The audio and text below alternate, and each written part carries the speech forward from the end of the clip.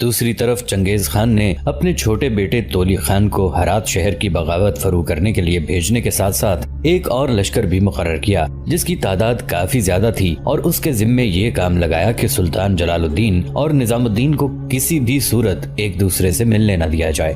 جہاں تک تولی خان کا تعلق ہے تو وہ ایک جرار لشکر لے کر ہرات شہر کی طرف بڑھا۔ تولی خان ظلم کرنے اور وعدہ خلافی کرنے میں اپنے باپ چنگیز خان سے بھی آگے نکلا۔ مورخین لکھتے ہیں کہ ایک خراسانی شہزادہ اپنے حالات زندگی میں لکھتا ہے، میں اس زمانے میں اپنے قلعے میں رہا کرتا تھا جو ایک اونچے سنگلاخ کوہستانی سلسلے پر واقع تھا۔ یہ خراسان کے بڑے قلعوں میں شمار ہوتا تھا۔ یہ قلعہ میرے آباء و اجداد کے تصرف میں تھا، جبکہ اس علاقے کے لوگ مشرف با اسلام ہوئے تھے۔ چونکہ یہ قلعہ صوبہ کے مستقر کے قریب تھا، اس لیے یہ ان کے مفرور قیدیوں اور منگولوں کے ہاتھوں اسیری یا موت سے پناہ گزین باشندوں کے لیے پناہ گاہ کا کام دیتا تھا۔ مورخین مزید لکھتے ہیں کہ کچھ عرصہ بعد منگول اس قلعے کے سامنے نمودار ہوئے۔ جب انہوں نے دیکھا کہ اس قلعے کو سر کرنا مشکل ہے تو وہ اس شرط پر محاصرے سے دستبردار ہونے پر تیار ہوئے کہ اس کے عوض انہیں سوتی کپڑے کے 10,000 لبادے اور بہت سی دیگر وافر اشیاء اور ساز و سامان دیا جائے۔ حالانکہ وہ اس وقت نیشاپور کی تسخیر کے بعد مال غنیمت سے لدے ہوئے تھے۔ مورخین کا کہنا ہے کہ وہ اس پر راضی ہو گیا۔ جب یہ سوال پیدا ہوا کہ خراج کا سامان منگولوں تک کون لے کر جائے گا تو اس کے لیے کوئی تیار نہ ہوا، کیونکہ سب جانتے تھے کہ چنگیز خان کا معمول یہ تھا کہ جو کوئی منگولوں کے ہاتھ لگتا تہہ تیغ کر دیا جاتا تھا۔ آخر 2 ضعیف العمر آدمی اس کام کے لیے تیار ہوئے۔ اپنے بال بچوں کو وہ قلعہ دار کے حوالے کر گئے کہ اگر وہ قتل کر دیے جائیں تو ان کے اہل و عیال کی کفالت کا ضامن قلعہ دار ہوگا۔ چنانچہ یہی ہوا۔ واپس جانے سے پہلے منگولوں نے ان دونوں بوڑھوں کو قتل کر دیا۔ اس لشکر کی کمانداری تولی خان کر رہا تھا۔ مورخین لکھتے ہیں کہ بہت جلد یہ وحشی سارے خراسان میں پھیل گئے۔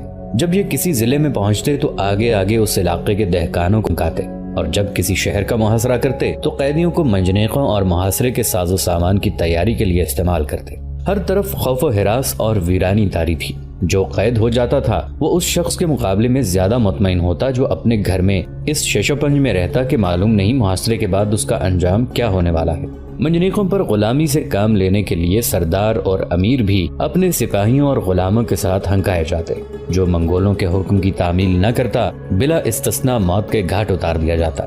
مورخین مزید لکھتے ہیں کہ خراسان کے زرخیز علاقوں پر حملے کے لیے بھی چنگیز خان نے اپنے سب سے چھوٹے بیٹے تولی کو، جو امیر جنگ بھی تھا، اس کا سپہ سالار بھی، حکم دیا تھا کہ وہ ہرات شہر کو فتح کرنے کے ساتھ ساتھ جلال الدین خوارزم شاہ کو بھی تلاش کرے۔ مورخین مزید لکھتے ہیں کہ جلال الدین تو تولی کے ہاتھ نہ آیا، مگر تولی نے دوسرے علاقوں پر یوں ہی حملہ آور ہو کر مسلمانوں کی کئی آبادیوں کو بیابان کر کے رکھ دیا۔ تولی کے مکر و فریب اور اس کی وعدہ خلافی اور وحشت سے متعلق مورخین ایک اور واقعہ بھی بیان کرتے ہیں۔ وہ کہتے ہیں جس وقت منگولوں نے مرو شہر کا محاصرہ کیا تو اس محاصرے میں چنگیز خان کے اپنے محافظ دستے کے 1000 چنے ہوئے منگول مارے گئے تھے، اور اس واقعے سے تولی کے غیظ و غضب کی کوئی انتہا نہ تھی۔ تولی مرو کے فصیلوں پر پہم حملے کرتا رہا۔ اس نے خندق کے اطراف ریت کی دیوار سی لگائی اور حملے سے پہلے تیروں کی بوچھاڑ کرتا رہا۔ 21 دن تک یوں ہی سخت لڑائی ہوتی رہی۔ اس کے بعد جب لڑائی ذرا مدھم ہوئی تو منگولوں کے پاس ایک امام کو بھیجا گیا، جس کی بڑی خاطر تواضع ہوئی اور اسے واپس حفاظت سے شہر میں پہنچا دیا گیا۔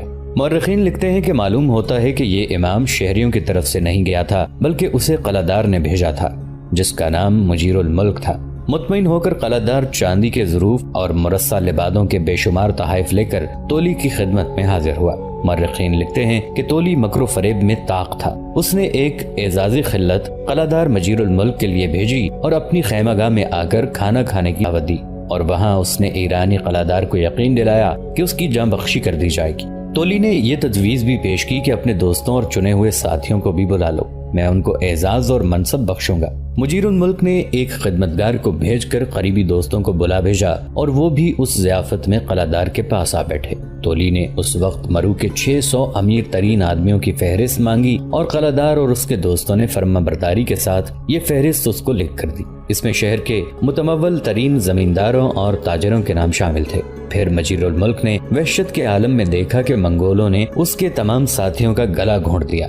پھر تولی کے سالاروں میں سے 600 آدمیوں کی اس فہرست کو لے کر مرو کے قلعے کے دروازے پر گیا۔ فہرست قلعہ دار کے قلم سے لکھی ہوئی تھی، اور اس نے قلعہ دار کے نام پر ان 600 آدمیوں کو طلب کیا۔ رفتہ رفتہ یہ 600 آدمی بھی آ گئے، انہیں حراست میں لے لیا گیا۔ اب منگولوں نے قلعے کے دروازے پر قبضہ کر لیا اور اس کے سوار دستے مرو کی گلیوں میں گھسے۔ شہر کے سارے باشندوں کو اپنے اہل و عیال سمیت میدان میں نکلنے کا حکم دیا گیا اور یہ حکم دیا کہ جتنا سامان اپنے ساتھ لے جا سکتے ہیں لے جائیں۔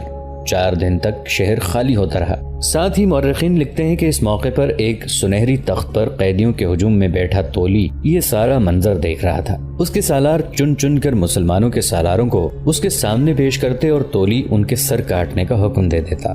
اس کے بعد مرد، عورتیں اور بچے 3 گروہوں میں الگ الگ کیے گئے۔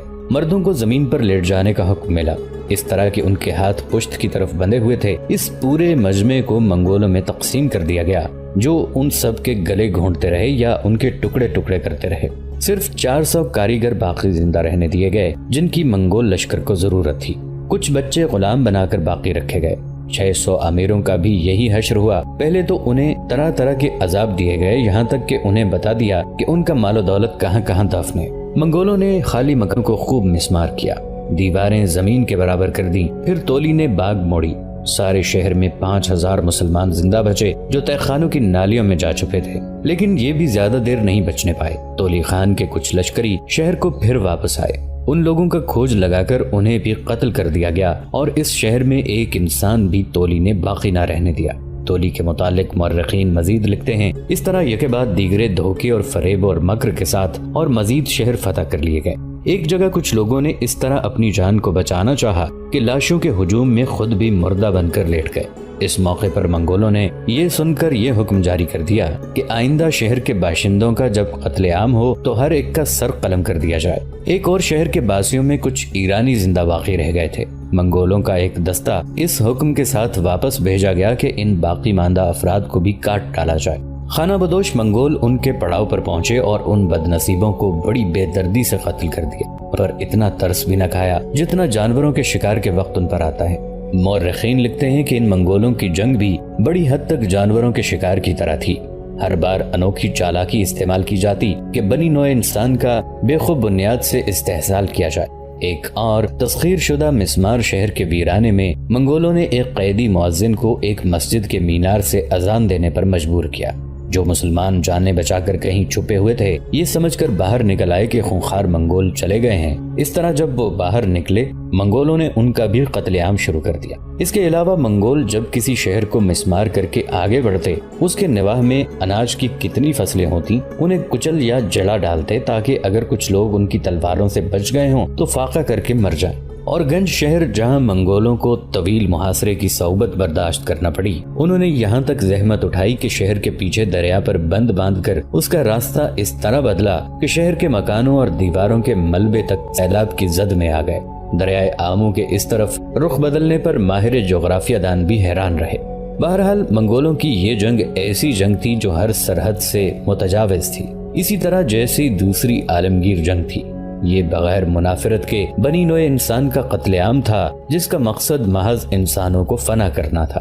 اس قتل عام نے عالم اسلام کے قلب کو ایک طرح کا چٹیل میدان بنا دیا تھا۔ جو لوگ اس قتل عام سے بچ جاتے وہ اس قدر مزمحل اور پریشان ہوتے کہ کسی نہ کسی طرح کچھ کھا لیتے، پھر چھپنے کے علاوہ کسی اور کام کے نہ رہتے۔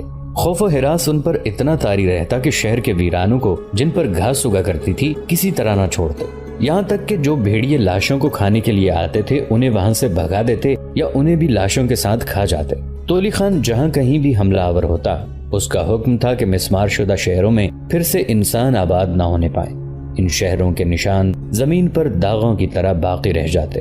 ایک مرتبہ سے زیادہ یہ ہوا کہ جہاں کوئی شہر آباد تھا وہاں ہل چلا دیا گیا اور غلہ کاشت کیا گیا۔ بقول مورخین ان خانہ بدوشوں کے نزدیک انسانی زندگی کی قیمت اس زمین سے کم تھی جس پر غلہ اگتا اور جس پر درندے چلتے پھرتے تھے۔ چنگیز خان بغاوت کی تحریک کو شروع سے ہی مفلوج کر دینے کا حامی تھا۔ قبل اس کے کہ اس کے خلاف کوئی مزاحمت کرے وہ اس کا سدباب کر دیا کرتا تھا۔ وہ کسی طرح کے رحم کا قائل نہیں تھا اور یہی فطرت یہی عادت اس کے بیٹے تولی خان کی بھی تھی۔ چنگیز خان کی طرح تولی خان نے بھی اپنے سالاروں سے کہا تھا، خبردار دشمنوں پر رحم نہ کھانا بجز اس کے کہ جس کے لیے میں خاص طور پر حکم دوں۔ اس طبیعت کے آدمی محض ظلم اور تعدی سے اپنا فرض پہچانتے ہیں۔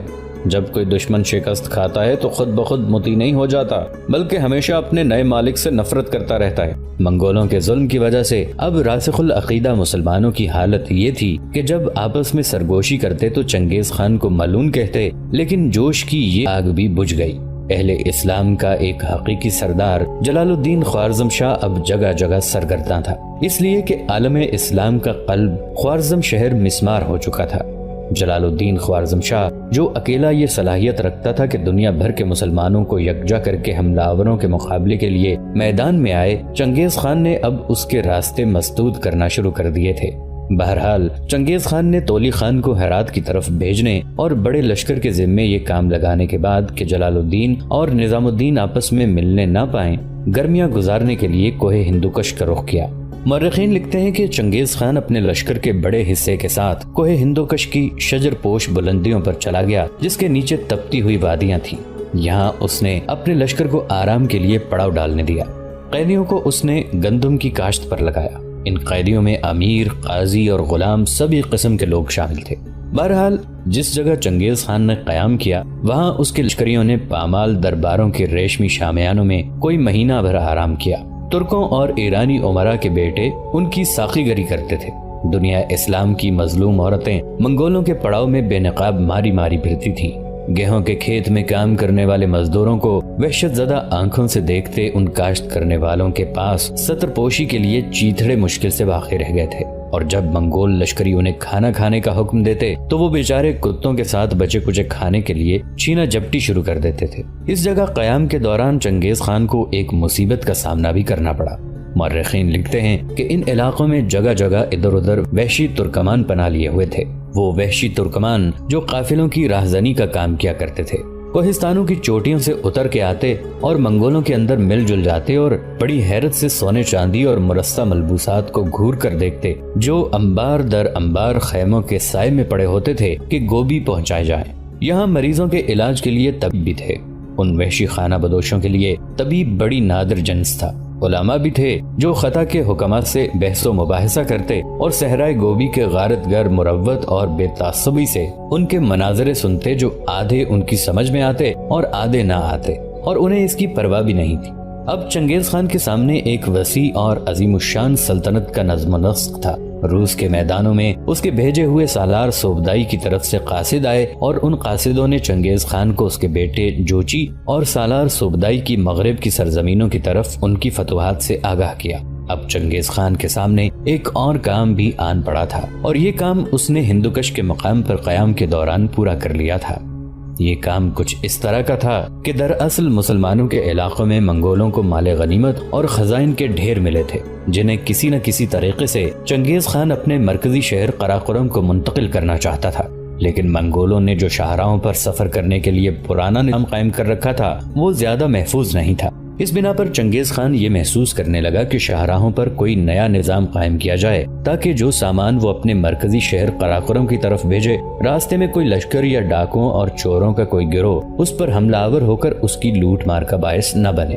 منگولوں کا پرانا طریقہ یہ تھا کہ ایک پڑاؤ سے دوسرے پڑاؤ تک ایک سوار خبریں پہنچایا کرتا۔ جب کوئی آدمی گھوڑا دوڑاتا ہوا آ کر جنگ کا بلاوا یا کوئی اور خبر سناتا تو لشکر میں سے کوئی نہ کوئی اپنے گھوڑے پر زین کستا اور یہ خبریں دور دراز دستوں تک پہنچا آتا۔ ان قافلوں کو دن بھر میں 50-60 میل کی مسافت طے کرنے کی عادت تھی، لیکن اب چونکہ چنگیز خان کی فتوحات کا حلقہ بہت وسیع ہو گیا تھا تو اس کی بھی ضرورت پیش آئی کہ پیغام رسانی کے کام کی اصلاح کی جائے۔ شروع میں تو اس کی حکومت کی اور فوری ضروریات کی طرح پیغام رسانی اس کے لشکر کے لیے تھی۔ جس راستے سے لشکر گزرتا اس پر کچھ فاصلے سے باقاعدہ پڑاؤ قائم کیے جاتے۔ اس میں تبدیلی کی گئی۔ ہر پڑاؤ میں گھوڑوں کی ایک خاص تعداد سائسوں کی تحویل میں چھوڑی جاتی اور چوروں کے مقابلے کے لیے لشکری بھی وہیں چھوڑ دیے جاتے۔ جب ایک دستہ راستے سے گزر جاتا تو زیادہ طاقتور دستے کو پیچھے چھوڑنے کی ضرورت باقی نہ رہتی۔ یہ پڑاؤ چنگیز خان نے جو قائم کیے تھے چند ضرورتوں پر مشتمل ہوتے تھے۔ ان کے پاس گھوڑوں کے گھاس چرنے کے لیے کھلیان اور سرما کی غذا کے لیے جو کے تھیلوں پر مشتمل سامان ہوتا تھا۔ غالباً چنگیز خان 100 میل کے فاصلے پر پڑاؤ قائم کیا کرتا تھا۔ یہی قافلوں کی شاہراہ تھی جہاں پڑاؤ قائم کیے گئے تھے، اور اسی راستے سے خزانہ دار چنگیز خان کے مرکزی شہر قراقرم کو ہیرے جواہرات، سونے کے زیور، میناکاری سے مرصع ظروف اور بدخشاں کے بڑے بڑے لال لے جایا کرتے تھے۔ انہی شاہراہوں سے لشکر کا لوٹا ہوا مال غنیمت گوبی بھیجا جاتا۔ ان قبائلی دیہاتوں کو دن بدن زیادہ حیرت ہوتی کہ ہر مہینے عجیب و غریب نوادرات غیر معلوم علاقوں سے بڑی تعداد میں قراقرم ہو جاتے۔ خاص طور پر حیرت اس وقت ہوتی تھی جب گوبی کے لشکر، جنہوں نے خراسان یا وسط ایشیا کی زمین سے گرے ہوئے سمندر کے کنارے لڑائیاں لڑی تھی، واپس ہوئے تھے اور یورتوں میں آگ کے پاس بیٹھ کر انہوں نے لشکر کے کارنامے اور ناقابل یقین فتوحات کے احوال بیان کرنے شروع کیے تھے۔ جو لوگ سامان لے کر قراقرم جاتے، ان سے قراقرم میں قیام کرنے والے منگول نئی نئی کہانیاں سنتے۔ وہ قراقرم کے دروازوں پر ہر روز مال و دولت کا انبار اترتے دیکھتے تھے۔ منگولوں کی عورتیں آرائش و زیبائش کا غیر معمولی سامان پا کر خوشی سے جھوم اٹھتی تھی۔ یہ وہ سامان تھا جو انہوں نے کبھی خواب میں بھی نہیں دیکھا ہوتا تھا۔ سامان لے جانے والے یہ منگول جب صحرائے گوبی کے چرواہوں یا یہاں وہاں قیام کرنے والے اپنے منگول بھائیوں کے سامنے اپنی زین کے تھیلوں سے کسی شہزادے کی کوئی قیمتی چیز نکال کر انہیں دکھاتے تو وہ دنگ رہ جاتے تھے۔ منگول اب چنگیز خان کو بوگدو یعنی ایک قابل عزت شخص خیال کرنے لگے تھے، یعنی وہ جسے دیوتاؤں نے بھیجا ہے، وہ جس نے قانون بنایا ہے۔ یہ اس کی مرضی تھی کہ زمین کے جس حصے کو چاہے فتح کرے۔ اس کے علاوہ چنگیز خان خود بھی اپنی فتوحات کو ہرگز آسمانی تحفہ نہیں سمجھتا تھا۔ ایک مرتبہ سے زیادہ اس نے کہا تھا کہ آسمان پر ایک ہی سورج ہے، آسمان میں ایک ہی طاقت ہے، زمین پر ایک ہی خاقان رہ سکتا ہے۔ اس کی ان فتوحات کی وجہ سے اس کی بدھ رعایا اس کی عظمت یا پرستش کرنے لگی تھی، اور وہ اپنے آپ کو اس قابل سمجھتا تھا۔ مسلمان اسے قہر الہی سمجھتے تھے، یہ لقب بھی اس نے قبول کر لیا تھا۔ جب وہ یہ دیکھتا کہ قہر الہی بننے سے اس کا کام نکلے گا تو وہ مسلمانوں کے اس عقیدے کو اور پختہ کر دیتا تھا۔ وہ نجومیوں کی پیشگوئیاں سنتا مگر کرتا وہی جو اس کی اپنی تجویز ہوتی۔ وہ قطعاً تقدیر کا قائل نہ تھا، نہ اس نے خدائی کا دعویٰ کیا۔ جب نصف دنیا پر حکومت کرنے کا مسئلہ پیش آیا تو اس نے اسی صبر و استقلال سے اس مقصد کی طرف توجہ دی جیسے وہ اپنی جوانی میں ایک بھٹکا ہوا گھوڑا ڈھونڈنے نکلا تھا۔ چنگیز خان مسلمانوں یا دوسرے لوگوں کے دیے ہوئے خطابات کو محض کاروبار کے نقطہ نظر سے جانچتا تھا۔ ایک مرتبہ اس نے حکم دیا کہ سرحد سے ایک مسلمان شہزادہ کو خط لکھا جائے۔ یہ خط ایک ایرانی منشی نے لکھا اور ایران کے ذوق کے لحاظ سے تمام مرصع خطابات خوشامد کے لہجے میں لکھے۔ جب یہ خط چنگیز خان کو سنایا گیا تو وہ مارے غصے کے آپے سے باہر ہو گیا اور چلا کر حکم دیا کہ اس خط کو پرزے پرزے کر دیا جائے۔ خط کے پرزے کرنے کے بعد اس نے خط لکھنے والے منشی سے کہا، تو نے بڑی حماقت کا خط لکھا ہے۔ جس کو خط لکھا جا چکا ہے وہ سمجھے گا کہ میں اس سے ڈرتا ہوں۔ مسلمانوں کے وسیع علاقے فتح کرنے کے بعد چنگیز خان نے اپنے لشکریوں کے درمیان رابطہ قائم رکھنے کے لیے پرانی شاہراہوں اور راستوں کو باہم مربوط کیا۔ جن لوگوں کے ذمے ڈاک کا انتظام کیا گیا تھا وہ ڈاک کی سراؤں میں ٹھہر کے اپنی مہریں دکھاتے جن پر شہباز کی تصویر کھودی ہوتی، پھر وہ انتظار کرتے کہ ان کے لیے گلے سے پشمدار ٹٹو ڈھونڈ کے لائے جائیں گے، اور چینی موٹے موٹے لحافوں جیسے روئی دار لبادوں میں ٹے ہوئے 2 پہیوں والی گاڑیوں میں ادھر ادھر سفر کرتے ہوئے ان صحراؤں میں آتے اور ان کی گاڑیوں پر پردے پڑے رہتے۔ ان کے نوکر بیش قیمت چھوٹی چھوٹی نکیاں توڑ کر آگ پر پکا کر ان کا شوربہ پیتے۔ یہ پرانے دور کی چائے تھی۔ اب جب کہ وسیع علاقے چنگیز خان نے فتح کر لیے تھے اور ان علاقوں کے اندر شاہراہیں تھیں، اب منگول ان شاہراہوں کے مالک تھے۔ بڑے قصبوں میں ایک داروغہ مامور کیا جاتا تھا جو سڑک کا افسر اعلیٰ ہوتا تھا، جو اپنے علاقے کا مطلق العنان حاکم ہوتا تھا۔ داروغہ کے پاس ایک منشی ہوتا جو لکھتا جاتا کہ کس سرائے میں کون کون سے لوگ آئے اور کون سا مال و اسباب کس راستے سے گزر کر منگولوں کے مرکزی شہر کی طرف گیا۔ ہر سرائے میں بہت تھوڑے محافظ ہوتے، وہ سرائے کے حاکم کے گرد و پیش خادموں کی طرح رہتے۔ ان کے فرائض بہت مختصر تھے، قریب کے علاقوں سے جس چیز کو فراہم کرنے کا موقع ملتا وہ فوراً فراہم ہو جاتی۔ مقامی لوگ جب کسی منگول کو گھوڑے پر سوار، کندھے پر ہلکا سا نیزہ رکھے، چمڑے کی زرہ پہنے، سمور یا ہرن کے چمڑے لبادہ پہنے دیکھتے تو سب اس کا حکم سننے کے لیے متوجہ ہو جاتے، اس کی ہر بات مانتے۔ یہ سرائیں گویا منگولوں کا مسکن بن گئی تھی۔ مورخین مزید لکھتے ہیں کہ ان سراؤں میں قیدی مسلمان کاریگروں کے تھکے ماندہ قافلے قراقرم جاتے ہوئے دم لینے کو ٹھہرتے۔ ان میں بڑھئی، گویے، اینٹیں بنانے والے، لوہار، تلوار بنانے والے، قالین ساز، سبھی طرح کے کاریگر ہوتے تھے۔ زمین سے گھرے ہوئے سمندر کے نواح کے ریگستانوں کو پار کرتے ہوئے یہ سردی اور تھکن سے کامتے اور لڑکھڑاتے جاتے۔ پورا قافلہ ایک تنہا مغل سوار کی تحویل میں ہوتا جو ان کا نگہبان ہوتا اور راہبر بھی، مگر بچ کے نکل جانے یا بھاگ جانے کی کوئی امید اور توقع نہ ہوتی۔ مورخین یہ بھی لکھتے ہیں کہ منگولوں کی شاہراہوں پر قائم کی ہوئی ان سراؤں میں عجیب قافلے آ کر رکتے۔ زرد پگڑی والے لاما پوجا چکر کو گھماتے ہوئے ان کی آنکھیں دور دراز برفانی چوٹیوں پر جمی ہوئی ہوتی۔ تبت کی ویران ڈھلانوں سے آئے ہوئے سیاہ پگڑیوں والے لاما مسکراتے ہوئے ترچھی آنکھوں والے بدھ یاتری، جن کی سیاحت کا مقصد یہ ہوتا تھا کہ مہایانا کے راستے پر چلیں جو بدھ کا راستہ تھا۔ ننگے پاؤں سفر کرنے والے جوگی، لمبے پاؤں والے فقیر، اس دنیا سے غافل، بھورے لبادے پہنے ہوئے نستوری پادری، ان کو جادو ٹونے زیادہ آتے تھے لیکن عبادت اور انجیل کے چند ہی فقرے یاد تھے۔ سب ان شاہراہوں پر سفر کرتے اور سراؤں